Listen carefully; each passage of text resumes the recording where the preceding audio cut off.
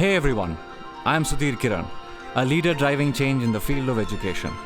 Welcome to Leadership in Education, a series that shines a spotlight on the remarkable individuals who are shaping the future of education through their leadership.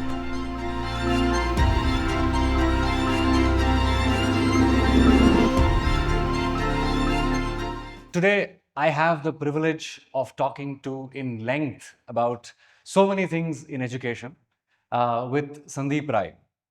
Sandeep is the founder and the CEO of The Circle. He's helped found Teach for India in 2008 in India. There's so much to learn from him. He's been a very inspiring person to speak to. So I just want to, sort of begin and talk to Sandeep about his inspiring journey and see what vision he has for the education space. Sandeep, thank you so much. I'm honored. It's a pleasure to see you, talk to you. Thank you so much for being a part of the show. No, it's good to be here. Thank you for having me. Thank you. So let's talk a little bit about your childhood, your growing up years. Take us back to where it all began.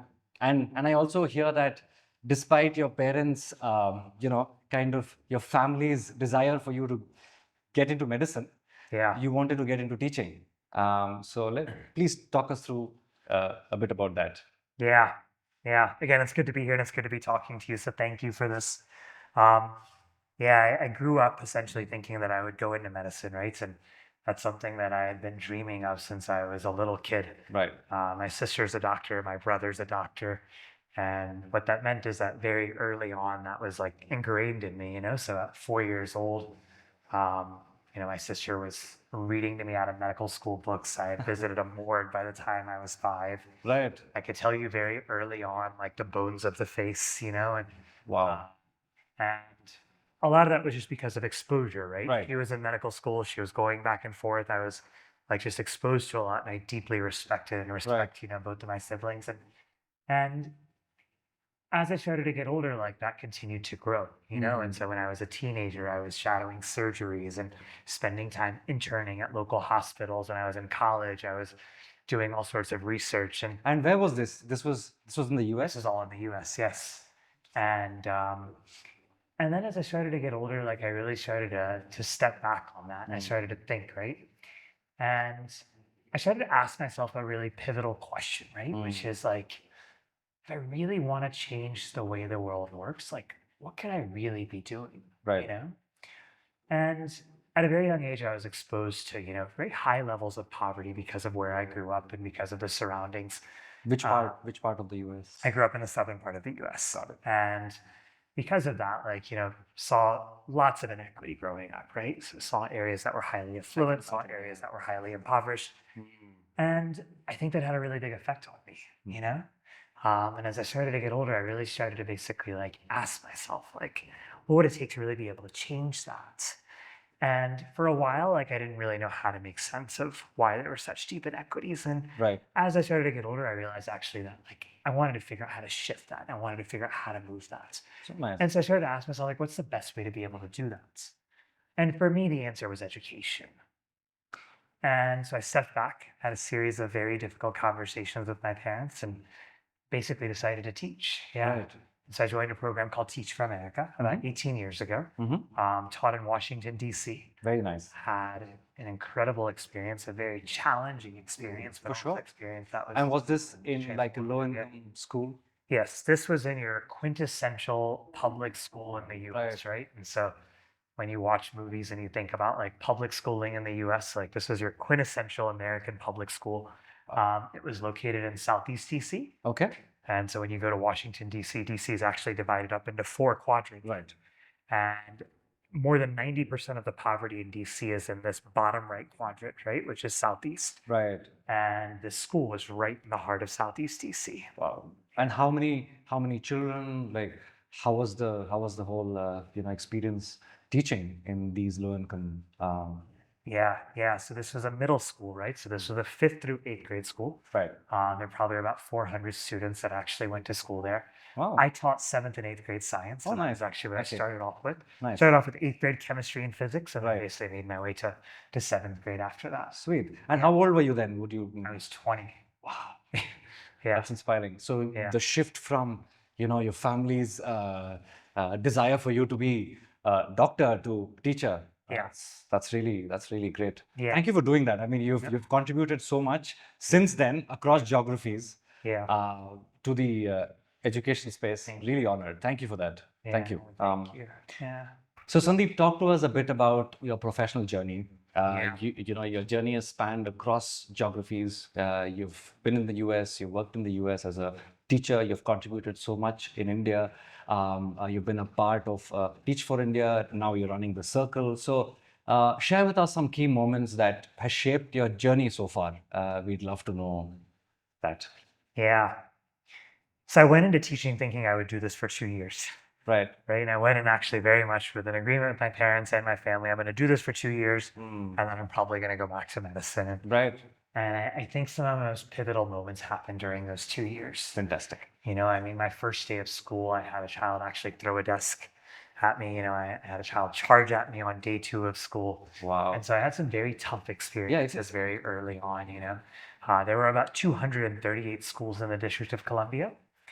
And our school was actually ranked number 237 out of these on academics, right? And it was also ranked incredibly low on safety. And so what that meant is that we had people and principals coming and, arresting kids on a frequent basis. What that meant is that I was spending a significant amount of my time very early on just breaking up fights. Wow, must have been hard. It was a very, very tough experience. And I think that, what happened over those 2 years is I think that I started thinking like, wow, this is incredibly challenging and I don't even know if this is possible, you know? And I think what my kids showed me over time is that they're capable of doing anything. And actually, like the statistics, like all of the things that say that kids from impoverished backgrounds are actually, dictated by poverty. Right. Like that just wasn't true, right? Like kids hold enormous potential. Right. And I think what my kids showed me over time is that they have a lot of perseverance. Right. That's so important. Yeah. And the school that I was teaching at, it was a school that, by every possible means, it was struggling, right? And yet, through a series of changes that happened over time, that school over the course of a few years went from struggling to actually being a pretty strong school that was impacting outcomes for kids. I can imagine, yeah. And Right. how long did that take? That took a period of about 4 to 5 years. Wow. Okay. Yeah. And I tell you that because I think I saw two sides of this coin, right? I saw a school that in many ways was not delivering on outcomes for kids and hadn't been delivering on outcomes for kids. And I also later on from afar, saw a school that had the power to actually be transformational for kids. Right. And when you look at both of those, I think it made me come to a few realizations. One is that schools hold power. Yeah. Right? They have the potential to be catastrophic for kids. They also have the potential to be transformational. Yeah. Either way, yes. But two is that, usually the differentiator, usually the difference maker between those two poles is people, right? And when you break that down even further, it's teachers. Very right? important. Very strong talent. Yes. But it's also the person leading the school. Right. And I think that realization, or all of those realizations, that kids are capable of anything. Right. That poverty doesn't have to dictate that. Right. And that schools have a lot of power to be able to shift that, but it takes people to be able to basically go from one pole to the other. Right. I think it's the reason I do this work. And I think it's the reason I continue doing this work. So, Wow. Wow. Thank you so much. Thank you so much for that. Yeah. And then shortly after that, I jumped on a plane back in 2008 to move to India. Did so, I think, out of a few realizations. Part of it was a bit on a whim. And part of it was actually a bit of curiosity to say, there's this country that has shaped so much of my story. Right. What would it mean to actually go back and figure out how to play a role in shaping it? Right. Did you have any sort of context to the education space in India then when you were coming to India, or was it all new for you? It was all new. Okay. I hadn't been back since I was 4, Mm. and I was 22 when I came back. Mm-hmm. And I came back saying that I would stay for a year. Right. And then head back. And that was 17 years ago. That was 16 years ago now, Right. actually. And yeah, I ended up spending 14 years with Teach for India. Fantastic. Fantastic. So Sandeep, in your journey in the education space, I think over 20 years now, if I can say that. Could you talk us through a few inspiring stories that have kept you, kind of motivated every single time to stay back, right? For me, it's like on one side, I have outrage, I have anger at the whole system of how it's treating low-income families and how, we're trying to do so much for them, but it's still there's a big difference, equity and inequity. But also on the other side, I have hope. So I keep a few things in front of me every day to see how motivated I can get to move forward. Do you have inspiring stories like that to share with us? Yeah, probably thousands. I think I've had the enormous privilege of getting to know a lot of kids, and I've had the enormous privilege of seeing a lot of classrooms that like just give me butterflies, and I think that like every time I meet a child where I'm like, wow, like this child has the power to change the world. Just a few days ago, I was actually in Delhi with Radhika Bharatram, right? Right. And she runs the Sri Ram School and also runs something called the Karma Fellowship, right? And I was standing in front of this group of 135 girls, right? And they all come from low-income communities across Delhi. And like, they were so incisive, but they were also so committed to figuring out how to build a better India. And I just remember sitting there looking at them, and I was just growing so overwhelmed, even though I was speaking to them because of their responses. And I remember pausing and thinking, like, wow, like they're gonna change the world, you know? And I think about kids that like, at the circle, like we're frequently basically trying to basically make sure that we set up programs to bring young people who represent the communities that we serve Right. to be able to build this along with us. Yeah. And I'm seeing these incredible young people, that are 19, 20 years old that, have had an incredible education that have shifted their lives. And now they're not stopping and they're saying, you know what? Like, I'm going to go and I'm going to do the 2-year Teach for India fellowship. Fantastic. Or I'm going to go and I'm going to start a school. Yes. And I think like those stories, like, I think they just leave me deeply touched, but I also think they remind me that like Right. this is why we do this, Right. Yeah. And the question to ask then is, and what creates that? What leads to that? Right. Right. And I think like every time like we see one of these stories, we see actually evidence of a classroom that's been transformational for Right. kids, Right. of a school that's been transformational for Right. kids, of a leader that's been transformational for kids. And I think when you double click on that and you dig into Yeah, that, you're for like, sure. actually, like, that's what all kids need, Yes. you know? Definitely. And, there's just one guy named Jay Mishra, right, who continues to inspire me. Mm-hmm. And he was a Teach for India fellow, Mm-hmm. right? And then after that, he basically moved into this community in Pune, and he was actually from the communities we serve, right? And I'll never forget, like, close to the end of his fellowship, he looks at me and he says, like, I've just made a commitment to this community to basically live here, stay here, and fight for this community for the next 10 years. Fantastic. And I remember thinking, like, I can "Wow, like, imagine. what made you make that commitment?" And he looks back at me and he says, like, if you would have fallen in love with the kids the way that I have, you would see that this commitment actually isn't that big of a commitment. Right. It's Right. just what feels right. Right.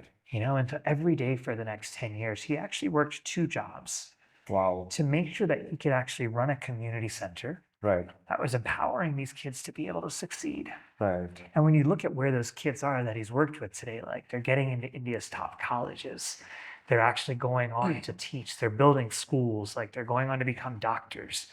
And I just think it's examples like that remind us that, wait a minute, like that's what building a better India is all about. It's how do we actually figure out how to have thousands and thousands of these examples Right. that are transforming the life. So Sandeep, let's talk a little bit about equity and inequity, Yeah. and how the gap is widening Yeah. in India, and how do we have programs? How do we have interventions? What do we do? What do you think that we should do? How can we all come together collectively, work together to kind of close that gap and have a more equitable education system in the Yeah. country? It's a big question. Definitely. I think let's start with what we all know. Like we know that we have a country with 300 million plus school-going children. Right. right? We know what basically all of the media says, which is that Yeah. the demographic dividend, right, basically tells Yes. us that, we're in this moment of time in India Right. where we have the world's largest share of young people, right? And who those young people grow up to be is largely going to basically shape the future of India. Definitely. Right? And so we know we're at this moment of time where it feels urgent, it feels consequential, it feels like the moment of time that we are at is going to shape the next several decades in this country. That's true. Right? Yeah. And yet we also know that underlying that, like the foundations of which we are building upon don't feel very strong. Right?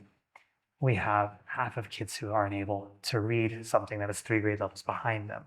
We have more than 70% of kids dropping out before 10th. We have a situation that tells us if you are from the bottom 25% of India, like you have less than a 4% chance of actually graduating from college. And so we have these statistics that are staring at us, telling us actually that for the vast majority of Indian citizens, shaping that future does not feel like a possibility. And as long as we continue to stare at that, well, that is a moral crisis that does not just affect a few. It doesn't even just affect a few million. It affects all of us. Right. And because of the sheer size of India, it affects the entire world. And so that's what we all know. But then when you actually look into it, you say, well, why are we facing this? And what is going to take to be able to fix this? Well, we also know that much of India's history and much of the last 75 years and what happened before the last 75 years can point to basically why we're in this place. But if we start to ask ourselves, so what is it going to take to be able to get us out of this, to be able to shape a better future? Right. Well, I think we have to start to grapple with some real tough questions. Yeah.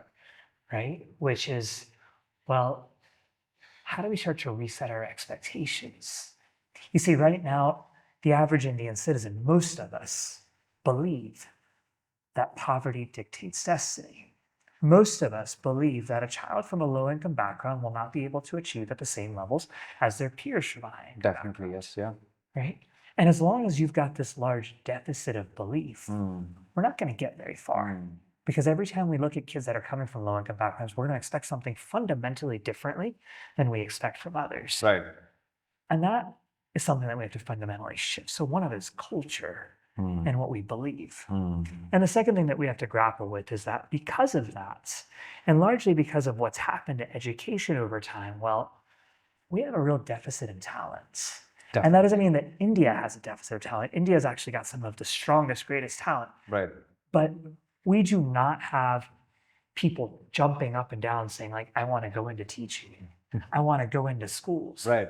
And we need to figure out how to change that. Yes. We need to figure out how to make teaching actually one of the most aspirational things in this country. We need to figure out how to make working with an education one of the most aspirational things in this country. Yes. I'd like to add something. Yeah. Sandeep. So sorry to cut you off, but I think please. that over my journey in the education space has led me to believe that teaching is, one of the last priorities, for anyone to pick up because, they're looking at other well-paying jobs and it's not an aspiration like you say. So yeah, please continue. I just want to add. I mean, you're spot on, right? Right. So what's it going to take to be able to shift that, right? And part of what's going to take to be able to shift that is we have to figure out how to shut down this argument that, well, we need to make sure that the most privileged in India, the top 10 to 20%, they get everything that is innovative, they get everything that is the best, and everybody else just deserves the basics.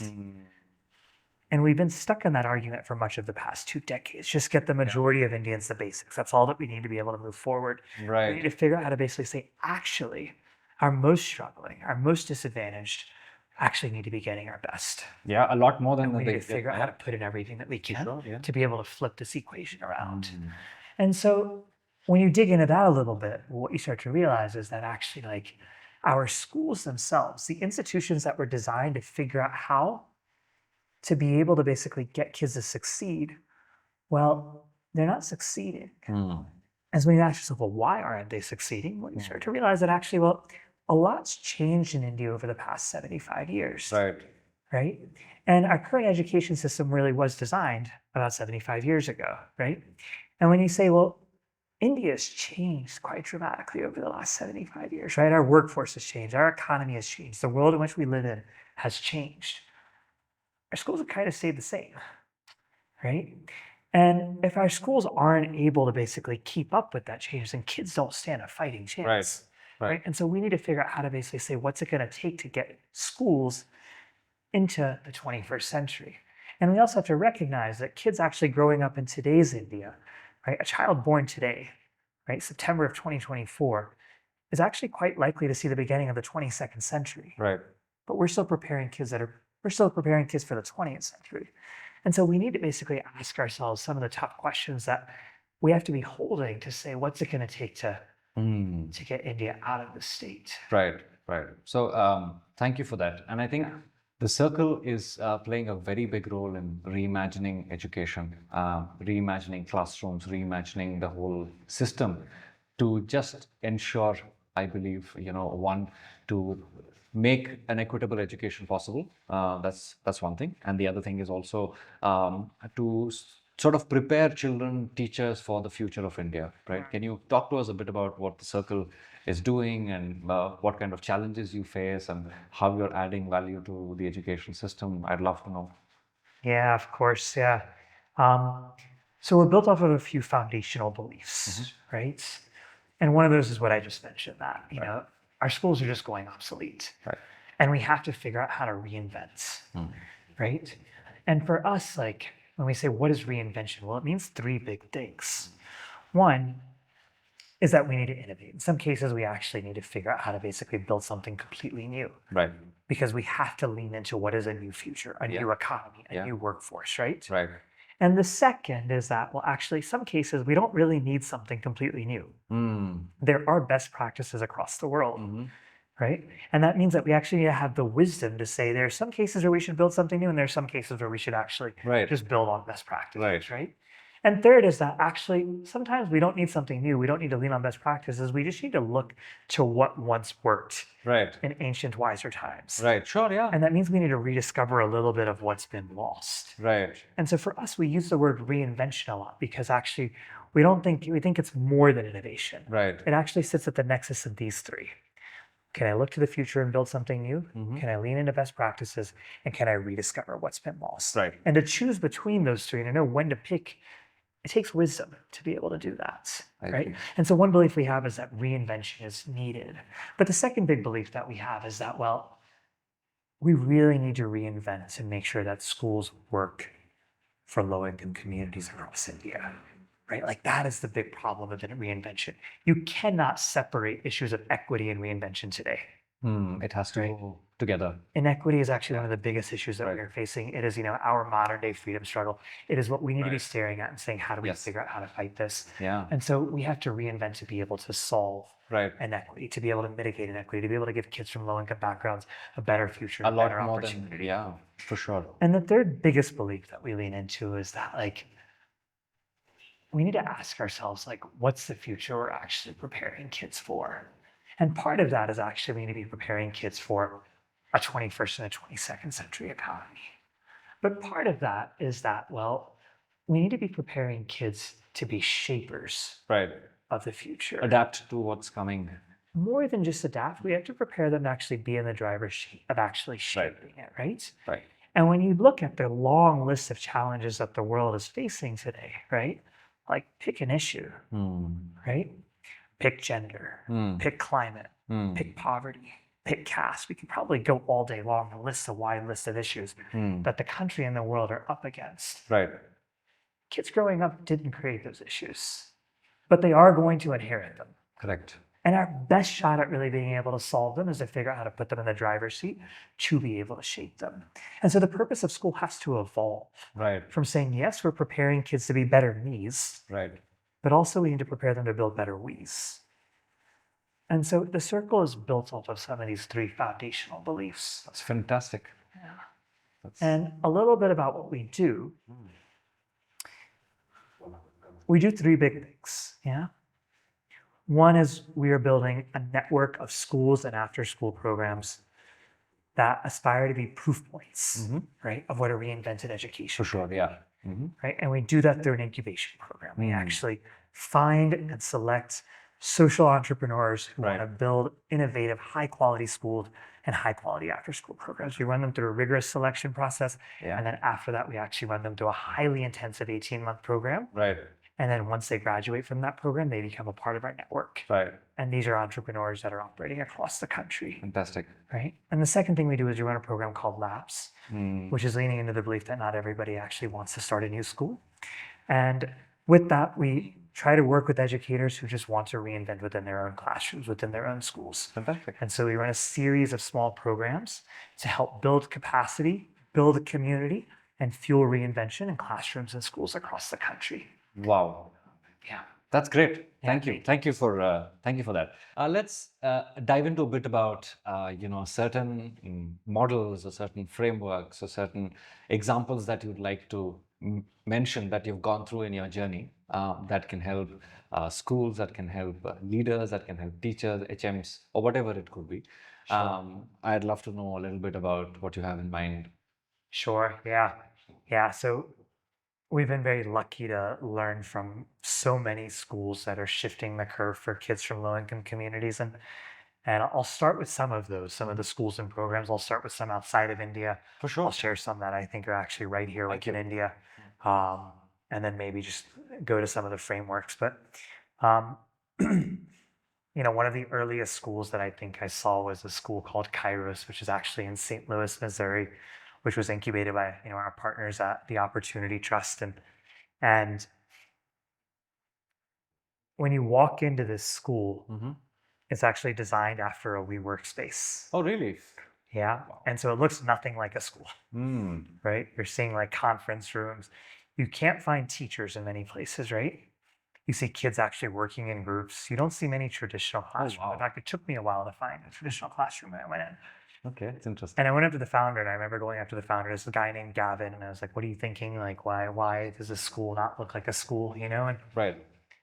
And he basically said, "Look, like, we keep hearing this criticism that by the time our kids graduate, particularly kids from low-income communities, and they get to college and they get into the workforce, one, they're dropping out, Right. but two is they're just really not prepared. And we keep seeing these surveys that are telling us that employers are telling us overwhelmingly that kids just aren't prepared to enter the workforce." And so we started scratching our heads and asking ourselves why. He told me, and he said, when you look at that, you come across a few realizations. And one of the most important one is that when kids enter college or kids actually enter the workforce, well, they're largely in charge of their own schedule, right? They have a lot of autonomy and they're expected to basically make decisions that are going to be good for them over time. But when you look at what happens in schools, well, it's the exact opposite of that. In fact, we actually control every minute of a child's schedule, That's true. right? And even within those minutes, we're usually controlling how a child is sitting, right? What the child is doing. And so we said we needed to figure out how to flip that equation. Mm. And so what they do is kids are spending more than 65% of their time actually, working independently, working in small groups, and they're spending about a third of their time in a traditional classroom. Right. Every week they're checking in with the mentor, Mm. right? And they're figuring out how to basically go back and self-assess whether they're on track or not. Right. Right. And I think like those are the kind of innovations we need to figure out how to prepare us again for a 21st and 22nd century economy. Another example is high tech high, right? Another example in the US, right? Like kids are spending 2/3 of their time, right? Just basically building solutions that are responsive for their communities. So they're building a lip balm business because they discovered that actually communities members around them actually didn't have lip balms that they were happy about, Right. right? They're building other social solutions for communities around them. You come closer to India, Mm. and I think we've actually got quite a few incredible examples again, right? You've got Apsara in Pune, Right. right? Which, I've heard a lot about. yeah, I mean, you have girls all coming from low-income communities, Right. right? That are basically entering the school at 6th grade. Mm-hmm. They're learning through the Cambridge curriculum. Mm-hmm. They're held to a bar that you don't see very often across India, regardless of income levels. Mm. And they're not just holding kids to a very high rigorous bar, they're actually preparing these girls to be the leaders of tomorrow, Wow. right? That's inspiring. Not just that, you come to some of the schools that, are a part of the Circle Network, right? I, just 2 weeks ago came back from Kanpur, right? For a school called Sky High. Right. And this is basically 60 kilometers outside of Kanpur in an area called Akbarpur, right? Rural UP, right? And you actually see like kids learning in groups. You see kids pushing each other at high levels of rigor. And you see actually kids operating with a level of hunger. And you're like, wait a minute, these kids have the potential Right. to be able to build a better India. Right. Um, just yesterday, right? I was with a program here in Bangalore Mm-hmm. where program called Thicket Tales, right? Where Mhm. actually like the kids are, you know, spending time every week coming out of their classrooms. They're learning Right. science and social studies, not through a textbook, but they're actually doing that through getting into the city's parks. So they're learning about the pollution across Bangalore by measuring AQI levels. Right. Right? They're learning about plants by actually going off and discovering trees. Yes. Right? And through the process, they're actually figuring out how to make science and social studies much more relevant. Right. They're engaging with questions like, well, how has Bangalore changed from the early 1970s to 2024? And they're looking at maps of rivers to actually see what's been built and how it's evolved. And they enjoy that so much. And it's building lots of relevance. It's building lots of curiosity. It's building all of the things that we Right. hear. And employers are saying kids need to be able to succeed in a changing economy, in a Right. changing world, right? Right. And so you've got these examples Fantastic. cropping up across the world. And the final one that I'll give you is, there's another example that we're incubating in Punjab, right? In a district in Gurdaspur, right? Mm-hmm. About 50 kilometers outside of Amritsar. Mm-hmm. And this school has 50% of its kids coming from low-income communities and 50% of its kids coming from middle to high-income communities. Oh, wow. Okay. And they're actually all learning together, right? That's fantastic. And they're learning by basically reconnecting to land, Mm-hmm. by rediscovering the agrarian community in Punjab, but they're also learning at really high levels of academic rigor. And they're combining all of this. And so I was just there 3 weeks ago, and I was sitting surrounded by 50 parents, and you really had parents that were daily wage earners and laborers sitting next to shop owners, parents who were from banks, all coming together and all saying, actually, we believe that integration is important. And you look back at that school and you think, wait a minute, like if we want to build a more integrated India, well, then our schools need to be microcosms of a Right. more integrated India. That is so fantastic. And that's very central to what we believe at the circle, right? But it's also central to all of these models, right? We need to be asking ourselves, like, what is the India that we want to build? Right. And how do our schools be microcosms Right. of what that India could be? Right. And so if we want a kinder India, well, then we need to lean into kinder schools. If we want a more just India, we need to build more just schools. Right. If we want a more equitable India, well, then we need to build more equitable schools. Right.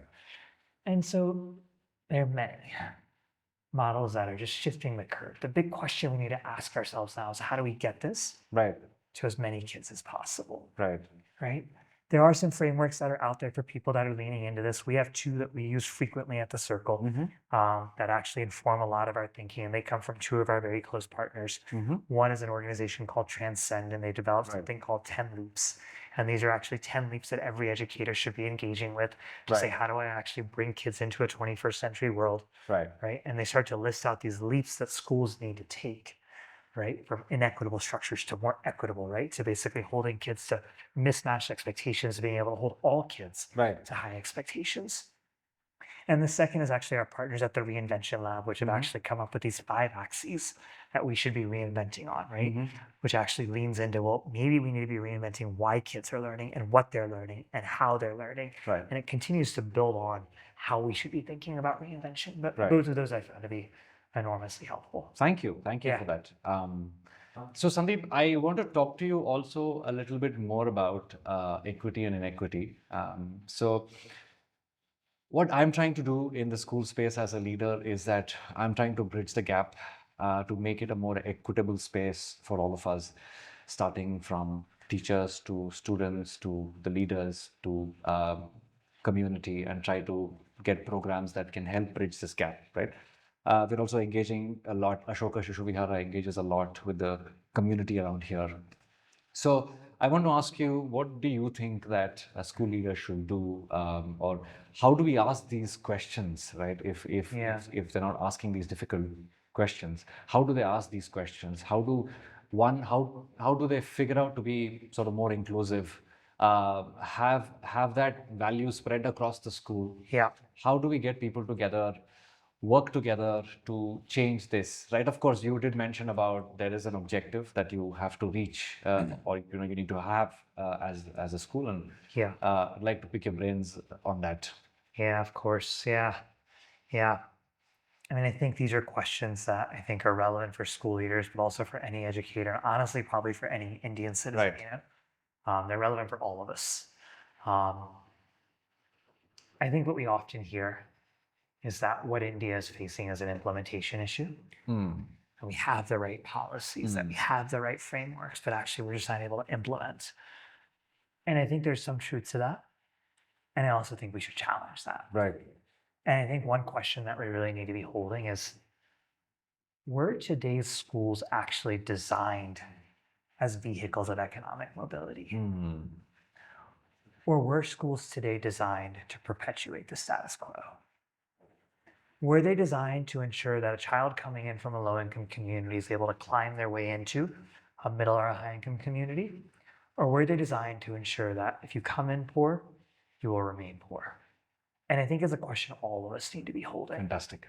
And if we start to hold that, we start to basically acknowledge that, is this just an implementation issue or is this also a design issue? Right. Because they will take us into two different sets of solutions. Right. And I believe that maybe it's a combination of both. You know, I think we need to be asking ourselves why we have one set of expectations for our most privileged and another set of expectations for everybody else. And I think we need to look deep into the mirror, all of us, and actually say, what does it take to reset our expectations? And what does it take to be able to believe that kids, regardless of their socioeconomic background, are capable of anything?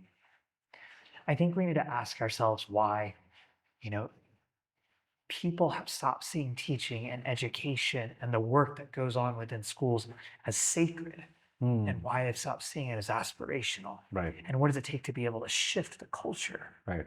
so that we're able to basically place it on the mantle that it deserves and to be able to fuel the change our kids so desperately need Yes. and deserve. Yeah, I think those are some of the biggest ones that I would point to. Fantastic. Thank you for that. I think they're very powerful questions. Yeah. Sandeep, so you've seen us, our school, Ashoka Vihara, Yeah. being open to have interventions, have programs. We are trying to reimagine the classroom. We are trying to reimagine the education space for our children. We cater to low-income families. How have you seen, from your point of view, how do you think that we have grown the last 2-3 years? And I would love to hear, if you have any thoughts for us, any sort of direction that you can provide us with, would be great. Yeah. So one is, I think one of the biggest questions we all should be holding is, how do we muster up the courage to take big steps, to be willing to actually be courageous enough to put kids front and center and say, what do they really need and deserve to be able to basically take giant leaps? Right. And I think what I've admired a lot about you and about the school here is that you're willing to basically ask those questions. Right. And you're willing to try to say, what's it going to take for us to take those leaps? Right. And what I admire is that in doing that, you said, actually, like, here are the capacities we have, and where we don't have the capacities, let's bring in people that can actually help us take those leaps. And so the number of people and organizations that you're partnering with to try to be able to give kids a holistic experience is it's impressive, but it's also encouraging, you know? And I think it takes a lot of courage coupled with humility to be able to actually bring in so many people to say, how do we take that leap together? Right. Yeah. Yeah. Thank you so much. Yeah. Sandeep, you've written a book, Grace and Shine. Yeah. And I love the book. Yeah. It's a great read. And I'm thinking also, I think there's so much for us to learn from that book. I want to have these sessions with our teachers where we sit together Yeah. and read it together. Because I think Yeah. that's very important, because there's so many questions you ask. There's so many questions I've asked myself, whether, it's just very powerful, right? Thank you for that. If you'd like to speak a bit about how that came about, and then maybe a few recommendations that you'd like to give us, so that, we'd like to educate ourselves a little more. Of course, yeah. No, I mean, look, I was meeting hundreds and thousands, actually, of young people, of people who are fighting for change for kids, but also of kids and families and community members. And I was always thinking, like, wow, we need to figure out how to tell these stories, because I was getting so inspired by so many of them. Right. And so I actually went on this journey to say, like, could we figure out how to capture some of these stories? Right. And early on, I actually said, let's just figure out how to follow the lives of 3 kids. And so I went and I spent a significant amount of time with 3 kids across India, right? One was from Jahangirpuri in Delhi, and one was from Luhyanagar in Pune, and one was from Govandi in Bombay, right? And I spent quite a bit of time in these communities, right? And these kids sometimes like in the community day and night trying to basically just listen. And I think the process in itself was a soul shaking experience, you know? Definitely, I can imagine. Because what it did was it pushed me to pause and it pushed me just to bear witness. Right. Not to come up with a solution, but just to listen for many, many hours. And I think the book unfolded out of that. And so what the book does is it follows the lives of these 3 kids. And as you're basically learning about the journeys of these 3 kids, you're learning about their communities. And as you're learning about their communities, you're learning about both the truth and hope of India's communities. Right. And as you're doing that, you're learning about India. And you're learning about the richness of India, but you're also learning about the truth of India and the inequity that we all hear about and see names and statistics. And then it also follows 4 people who are fighting for change across these communities. Right. And so it follows 4 people that all started off their journeys with Teach for India and are now fighting for change. One of them is leading a set of schools. The other one is actually leading an entire program. The other one's actually, working in high levels of the government. And the 4th is running an incredible organization that is fighting for the rights of Indians, right? And you follow the journey of these young people leading into adults who are working in partnership with them to be able to build a better India. Yeah. And the hope is to be able to step back and to say, wait a minute, like when we think about India today, we see the gray of it. Right? We see the fact that we have way too many kids that are not making it. We see the fact that we are staring into the depths of a country that is, beleaguered by issues of poverty and so many other things. But we also see the sunshine of it. We see moments of hope and we see examples of hope that should actually all make us hopeful about a better future. True. And the hope is to be able to sit with both of those simultaneously through the book. There are many incredible books that are out there for people to be able to check out, some that I've been inspired most by. There's a great book called Whatever It Takes. Okay. And that is actually the story of an incredible model in the US called the Harlem Children's Zone that has built a model that surrounds kids with an ecosystem of support. Fantastic. There's a great book called In Search of Deeper Learning, which actually, follows 4 school models that are trying to innovate, and it builds a case for how schools need to change. There's a great book here in India called Infinite Vision, right, which actually follows the story of the Arvind Eye Care Clinic and follows a great example of actually what socioeconomic integration could look like. Sure, right. And so, those are 3 that I would point Fantastic. to. That's great. That's great. Yeah. Thank you, Sandeep. It was a pleasure listening from you. Very inspiring. Thank you so much. You are a leader to so many in this country. Thank you for being on our show. And wishing you all the best in your journey at the circle and all that you want to do. Yeah, thank you so much also for all the incredible words, but also for hosting this. And just hats off to all that you're building. Thank you. Yeah. Thanks a lot. Take care. I think one of the biggest questions that we all need to be holding is how do you actually muster the courage to take big leaps for kids? And how do you actually build the conditions for kids to take big leaps? And how do you have enough belief for kids to make the leaps they need to make to be able to jump into the 21st century? And I think one of the things that I admire the most about Sudhir and the team here is that they're doing just that. They're mustering the courage to take giant steps for kids, but they're also having the humility to say, we don't have every single capacity to take those leaps. And so let's invite in others to be able to make them a part of this change narrative, a part of this change story. And so when you look at the number of institutions this school has partnered with, you look and you say, wow, like that takes both courage and humility. And when you look where courage and humility you find, you're usually like, wait a minute, like pretty good things are going to happen for kids here. And that excites me. So thank you for that. Thank you for watching the video. If you'd like more such content, please like, share, and subscribe. Thank you very much. Hey everyone, I am Sudhir Kiran, a leader driving change in the field of education. Welcome to Leadership in Education, a series that shines a spotlight on the remarkable individuals who are shaping the future of education through their leadership.